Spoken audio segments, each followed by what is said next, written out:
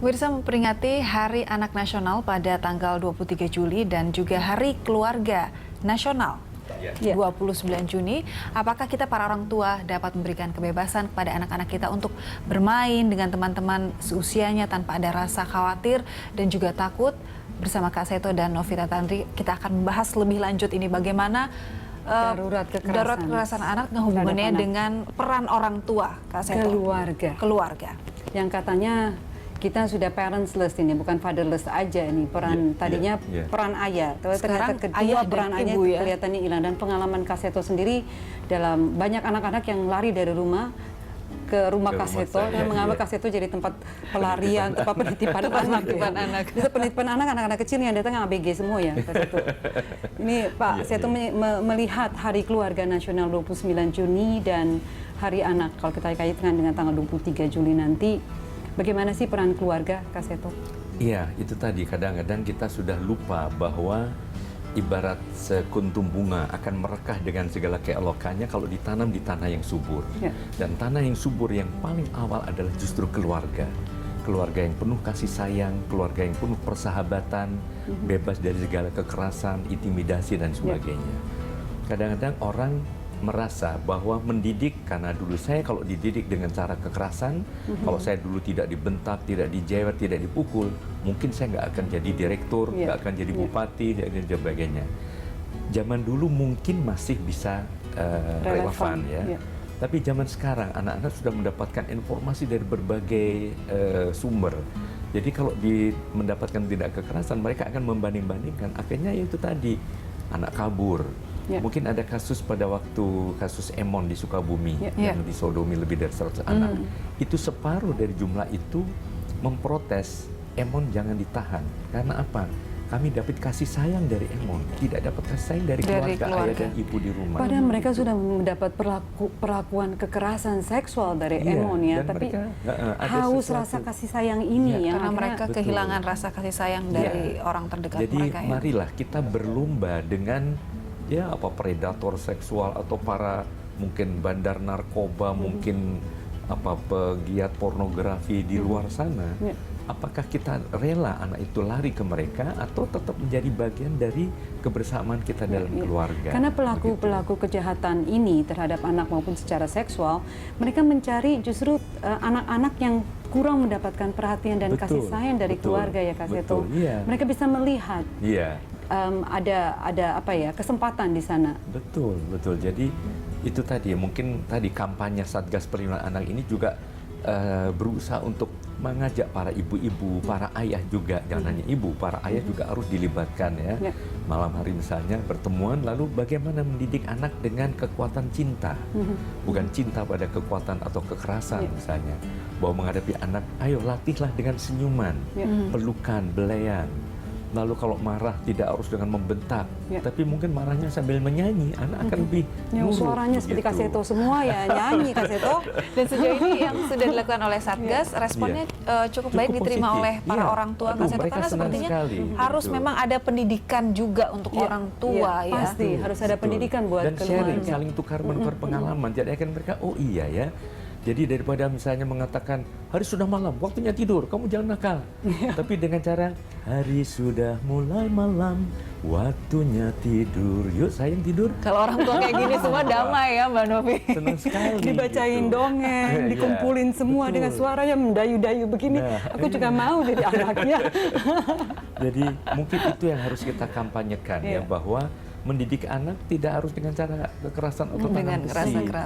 Saya juga punya 4 anak ya, bahkan sekarang cucunya jangan lupa, cucunya disebut juga dong, biar ketahuan bukan Kak Seto lagi, bukan Kak lagi. Ini daripada dengan ibu dan ayah lebih dekat kepada kakek. Dengan kakeknya, kakek Kak Seto tapi anaknya Mbak Menuk ya. Iya betul. Jadi bahwa sebetulnya mendidik anak kalau dibilang sulit juga enggak, asal kita mulai dengan hati yang jernih tadi gitu. Penuh rasa syukur, terima kasih kepada Tuhan. Anak udah baik-baik dibentak-bentak kan kasihan. Kak Seto, tapi kan orang melihat bahwa nilai daripada seorang anak itu kan berbeda-beda.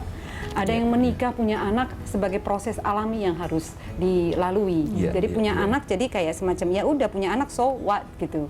tapi tidak melihat bahwa anak sebagai amanah. Iya, iya, betul. Mungkin ini yang terus-menerus harus digembar-gemborkan ya. Dan mungkin harus pelatihan bagi calon pengantin. Betul. Itu penting sekali. Bagaimana nanti, jangan, aduh nanti kalau menikah seperti Putri Cinderella, megah, pestanya begitu ini, loh kok anak begini, kok rewel, kok nangis, kok nggak bisa tidur. Nah itu sudah harus diperkenalkan. Jadi misalnya saya juga kalau pulang ke rumah, itu bayangkan kalau rumah itu nanti agak berantakan, ada susu tumpah, anak tangan kotor megang baju saya, aduh masih penuh rasa syukur, ini anak manusia, bukan robot yang bisa diprogram lalu nurut semua begitu. Bersih semuanya, karena sudah ada remote controlnya.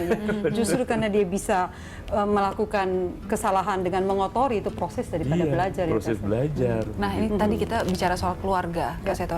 Kalau kita keluar lingkungan tetangga ataupun sekolah, gimana sih seharusnya yang bisa dilakukan oleh peran-peran sekolah kemudian masyarakat untuk mencegah agar tidak ada terjadinya kekerasan terhadap anak ini, Kak Seto? Iya, artinya pertama di dalam keluarga itu diperkuat dulu sehingga ada apa-apa juga bisa lapor. Lalu lingkungan masyarakat ya RT RW tadi dengan adanya Satgas Perlindungan Anak. Kalau RT RW, kelurahan dan sebagainya, lama-lama kan juga lingkungan cukup aman. Lalu Satgas Perlindungan Anak juga dibuat di sekolah. Sehingga tidak ada bullying, tidak ada kekerasan oleh guru, tidak ada intimidasi antara senior dengan junior dan sebagainya. Dan komunikasi mungkin ya antara sekolah dan orang tua. Orang tua harus terbangun. Menyerahkan 100% kepada sekolah. Saya udah bayar mahal, ada uang sekolah yang saya bayar setiap bulan, tugasnya di kamu, di tangan sekolah. Tapi tidak ikut terlibat secara penuh dengan aktivitas anak di sekolah. Betul, iya.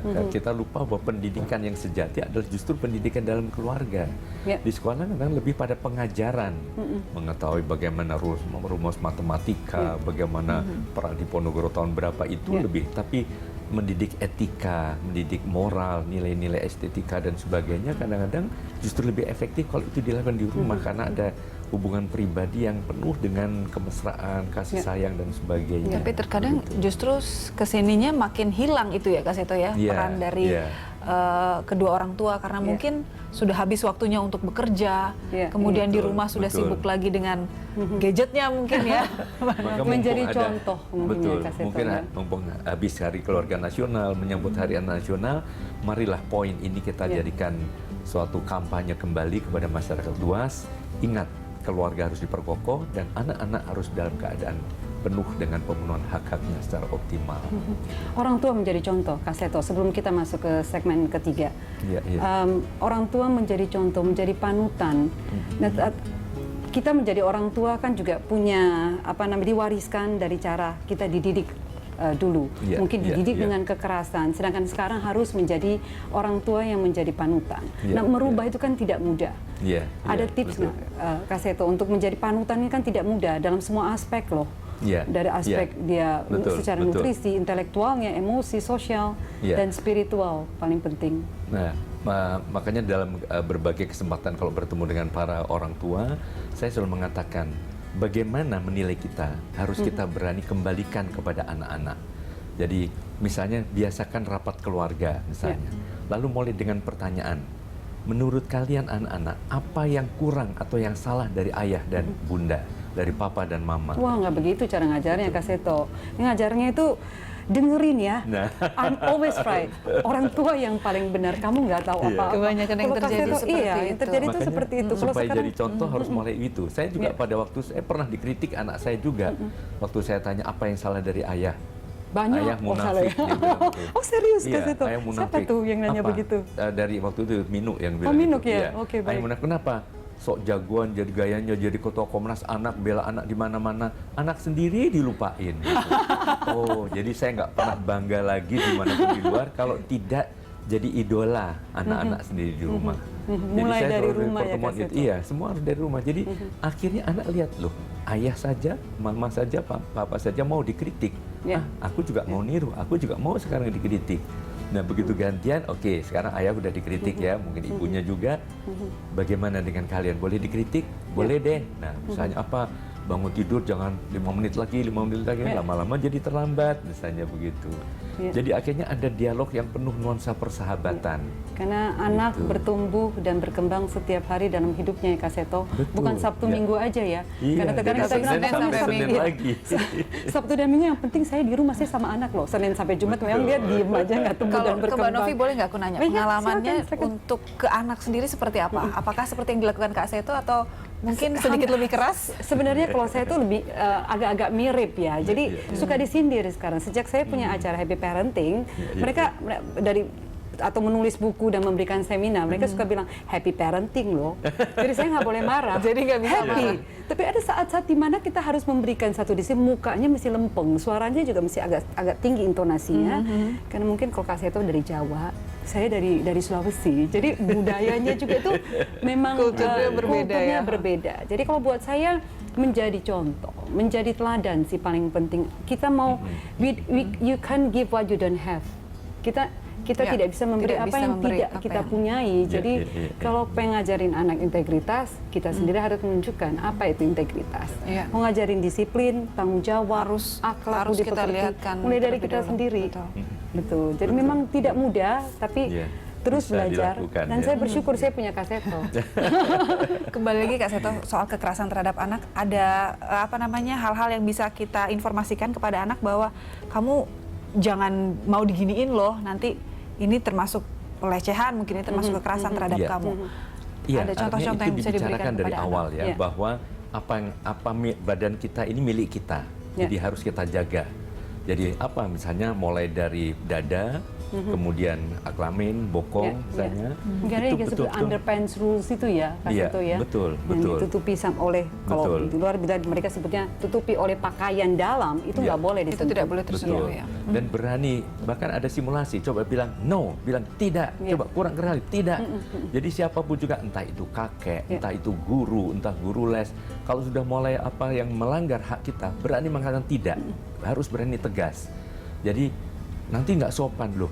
Ini dalam keadaan darurat ini kita harus berani tegas. Tegas itu tetap sopan gitu. Dan kalau ada betul terancam segera lari.